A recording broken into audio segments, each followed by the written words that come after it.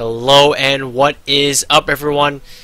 Welcome to another video, and this time it's not going to be a replay analysis. I'm going to have a little bit of a tutorial for you guys on how to play support in a situation where you're against some type of dual lane. It's not just a solo offlaner. There's some type of aggressive lane happening. Maybe a roamer has rotated to the offlane, somewhere where you can't just zone the offlaner out. This can also apply in cases where you just have a very strong offlaner that matches well against your dual lane or whatever support you are, and you just need to find something to do in the lane, because you're definitely not trading with that axe or something where you're like a IO and you're fighting against axe. Your carry is not well suited to zone out the axe either at level 1, and he's just gonna get to level 2 and you can't stop him from getting the first creep wave. Like, it's just it depends the situation, and it depends on the case, what starting items you guys have, a lot of things, what carry. It all depends, but for most cases this will apply. Just think of, if you're going against a lane that you can't really fight at level 1, and you should decide this before you come to lane. Like, you can't go to lane and then do a trade with their offlaner and go, oh wait, he's pretty strong. Like, you should know the limits of your hero and what is possible at level 1, and be able to decide before going to lane. And we'll see that Rose does exactly just that as we head into the replay. So the horn will sound here, and so the safe lane is going to be Dazzle, Ursa versus an Abaddon with a supporting Batrider. Not the most normal offlane dual lane you have to fight against. Support Batrider or roaming Batrider has kind of become a thing since Xiaowei picked it. We saw other teams pick it up as well. I mean, it's kind of a support slash roaming slash jungling Batrider, you'd say. But the key is, Bat will be rotating to jungle at some point, most likely. Especially if the lane is not going heavily in their favor. And of course, NP already have that in mind. If you just notice the ward that they've placed next to the tier 2, it's going to spot when the Bat rotates out of the lane and where he goes and exactly where he is. Right? So notice this first play here that Rose makes, pulling at 45. And most guides tell you that this is awful. I'm going to play it in slow motion to just see, so I can talk a bit more. So most guides, you watch Purge guides, you watch all these guides, and they tell you, don't single pull. That ruins the lane equilibrium. That ruins the creep wave for your carry. You're going to cause the lane to push. There's going to be 2 range creeps, and it's generally a bad thing, right?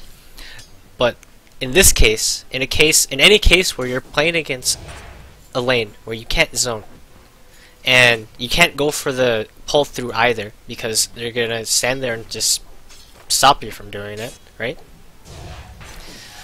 It's actually very important to get the single pull off, and not a lot of supports know this. This is a pretty high level concept that I'm trying to teach here, and I say this matters a bit more at higher MMR. At lower MMR, I mean, it does matter as well, and you might be able to. This actually matters a lot if you're at lower MMR, because the thing is, what does this give you? It gives you level 2 before your opponents. So both Aoi and Rose are going to hit level 2 before Monkeys and Bat, and that pretty much eliminates any possibility of Monkeys or Z-Freak getting a kill in this lane. Because notice, if 1437 just like started trading level 1 instead of going for this pull, sure, he would have done some damage to Monkeys, and they could heal it off as well with the Shadow Wave, but they're going to have the same experience. So you're just going to trade evenly. And what's the big thing in this patch that was added to the offlane? The Shrine. So if you just trade regen evenly, and you're both hurt, NP don't have access to a Shrine, while Complexity does. So let's say they do start fight at level 1, and maybe they kind of get a slightly favorable trade. As long as you don't get a kill, Complexity just going to run away, shrine up, and go back to lane with full HP, and then suddenly they wasted a whole bunch of resources, and nothing was accomplished from it. But the fact that Rose... let's go back to regular speed. The fact that he got that pull off, it also gave him a bit of extra gold. So he has very early magic stick, and that's pretty important against a Batrider and a Abaddon that are pretty spam heavy heroes. But Abaddon does like to use his Aphotic Shield a lot in lane, as well as the Sticky Napalm, of course. But notice what Rose did here second is that he healed the creep wave so that the lane would continue to push, because at this point they're not trying to zone. Your objective is no longer trying to zone the offlaner or try to battle the offlaner, right? Your objective here is try to get more farm in the lane for Aoi, be able to eventually zone out both these people by putting them to a point where they can't come to lane anymore without dying. Especially when Spirit Breaker gets a couple levels, you can rotate in and give kill potential as well. But notice, because of where the lane is, they pushed it in. 1437 didn't heal the lane once, but he healed it twice just to make sure that it would push into the tower. This allows Aoi to play very aggressively because he'll have the creep wave in his favor. If Monkeys goes for a trade here, not only is he trading against the Ursa, he's trading against a creep wave that is outnumbering his own. It allows 1437 to get the rune, get the side pull off at 3 minutes or 2 minute 50, and stack it at the 3 minute mark. But notice here, Complexity does block the pull twice. I didn't mention it before, but Z-Freak did when he tried to pull at the 20-second mark. Z-Freak intercepted the pull, and then he does it here again.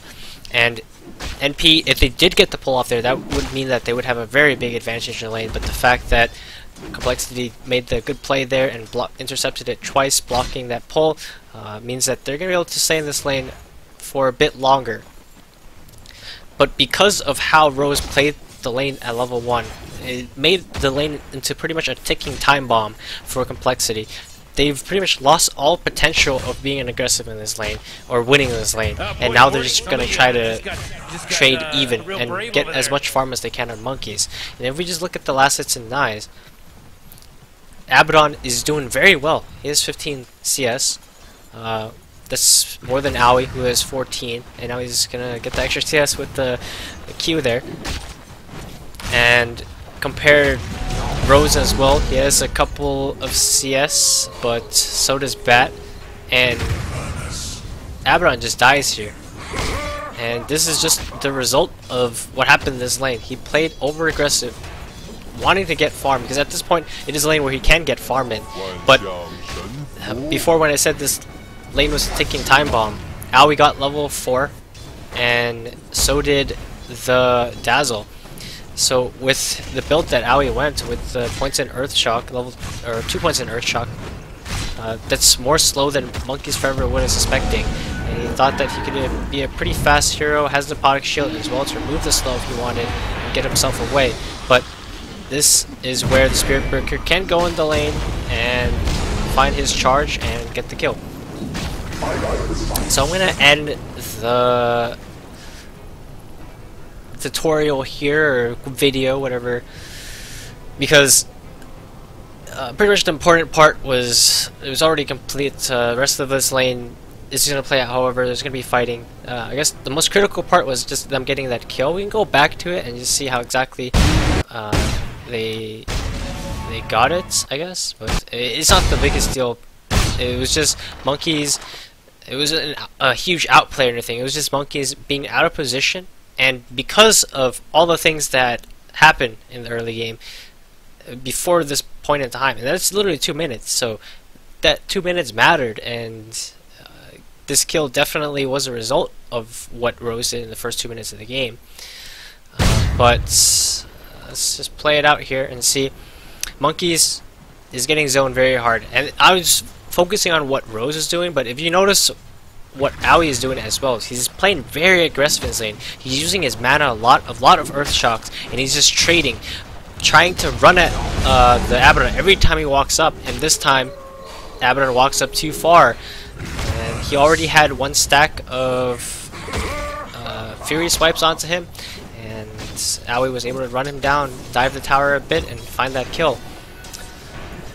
So this is a combination of both Rose and Aoi playing the lane in a way that allows them to get the kill and win it, dominate the lane. And at this point, every time Abaddon comes back to the lane, it's going to be harder and harder. He does have, I would say, equal farm to Aoi. Aoi is also sacrificed a bit of CS, so the lane would go like this, but it's important because they can't just let the Abaddon dominate the lane and the Batrider as well. And with the charge in, they get him second kill. I mean, he actually denies himself. So this is not like Monkey has played this lane the best he could. Honestly, the fact that he almost denied himself the first time as well. But this is what I like to call the safe lane advantage. So if you're in a duel versus duel lane and your heroes are kind of an even matchup, right? Neither side has that big of a hero advantage. If you can abuse that level 1 pull, and if you have a hero that can shove the creep wave in so you can make sure that you can get the side pull off as well, you're just going to get the advantage because you get more experience. And there's actually nothing your opponents can do about it. And in this patch as well, you get the bounty earn. So not only do you get the extra experience from the small camp pull, you get the extra gold from the bounty rune, the gold from those creeps, and the gold from the big camp as well if you can get the pull off. Complexity do intercept the pull twice here, so that was well played by them, but as you see, they still ended up losing the lane. And that's because of all those little things, all of those experiences adding up. Also, your carry being able to play aggressively in the lane and zoning out, or at least pressuring the opponents as much as you can. And it just puts them in a more uncomfortable position than if you were just trading at the level 1, fighting, going for like a kind of mindless trade, and then having the ability to shine, come back into lane, and dominate it. If you just play the lane smart, get those pulls off, maximize your experience, and then get the kills when you can, you're going to be able to win your lanes a lot more as a support, and even gain MMR doing so. I mean, that's how I've done it, and you guys can do it too. So see you guys in the next video. I hope you enjoyed this short tutorial. This is some new content. I still not script any of these videos, so stay tuned for some live and uncut content. That's what I like to call it.